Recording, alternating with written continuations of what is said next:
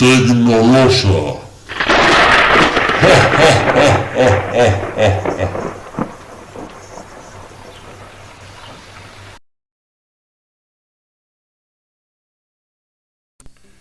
Muy buenas tecnoloseros, ¿qué tal estáis? Pues voy a explicaros en este tutorial cómo funcionan los motores de corriente continua, los motores eléctricos de corriente continua.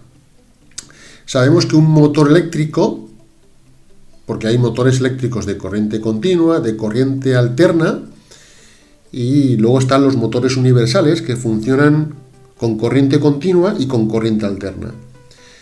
Pero un motor eléctrico en general es una máquina dinámica que transforma la energía eléctrica en energía mecánica.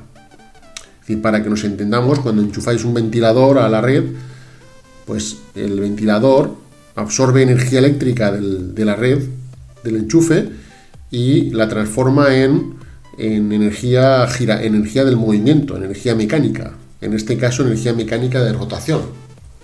¿De acuerdo? Entonces vamos a centrarnos en lo que son los motores de corriente continua.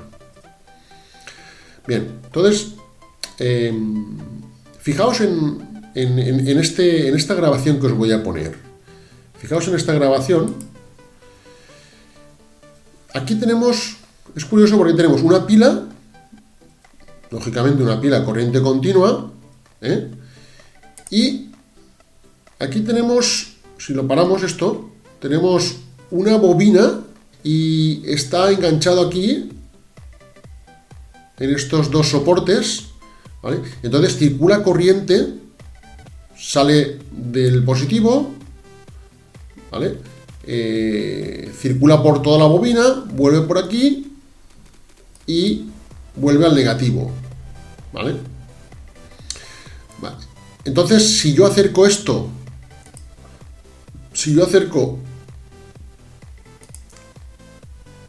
fijaos cómo gira. Si yo lo acerco a un imán de neodimio, esto es un imán de neodimio, es un imán muy potente que se puede conseguir de los discos duros del ordenador, pero bueno, para el experimento cualquier imán vale, lo que pasa es que el neodimio es un imán muy potente. Si yo acerco esto a un imán de neodimio, yo acerco la bobina por la que circula corriente a un imán de neodimio, aquello empieza a girar, ¿vale? Empieza a girar, ¿veis?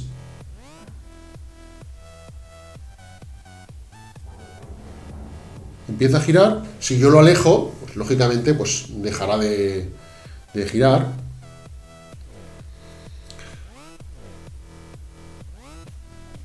Entonces, bueno, estoy ante un motor de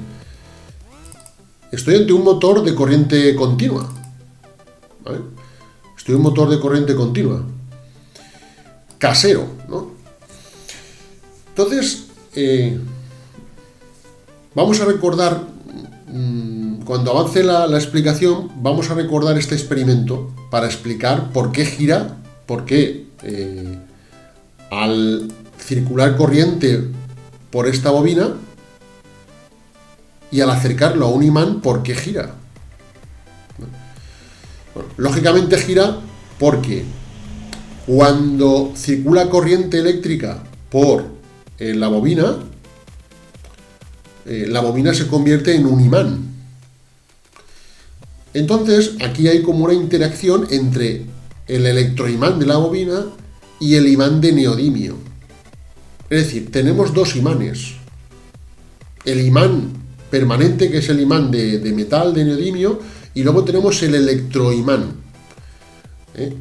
o imán que se crea a partir de la circulación de una corriente eléctrica por la bobina. ¿De acuerdo? Entonces, para conseguir un motor eléctrico siempre hacen falta dos imanes. En este caso, tengo un imán de neodimio, un imán permanente, y un electroimán, que sería el imán que se crea cuando circula corriente eléctrica por la bobina. Entonces, esta idea, que es muy simple, es muy importante, ¿eh?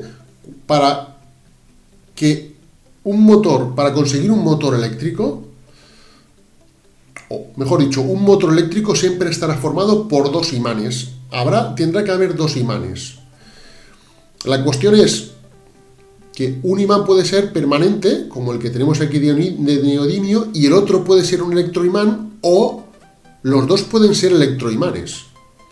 Entonces, dependiendo de la tipología de los imanes, tendremos un tipo de motor u otro.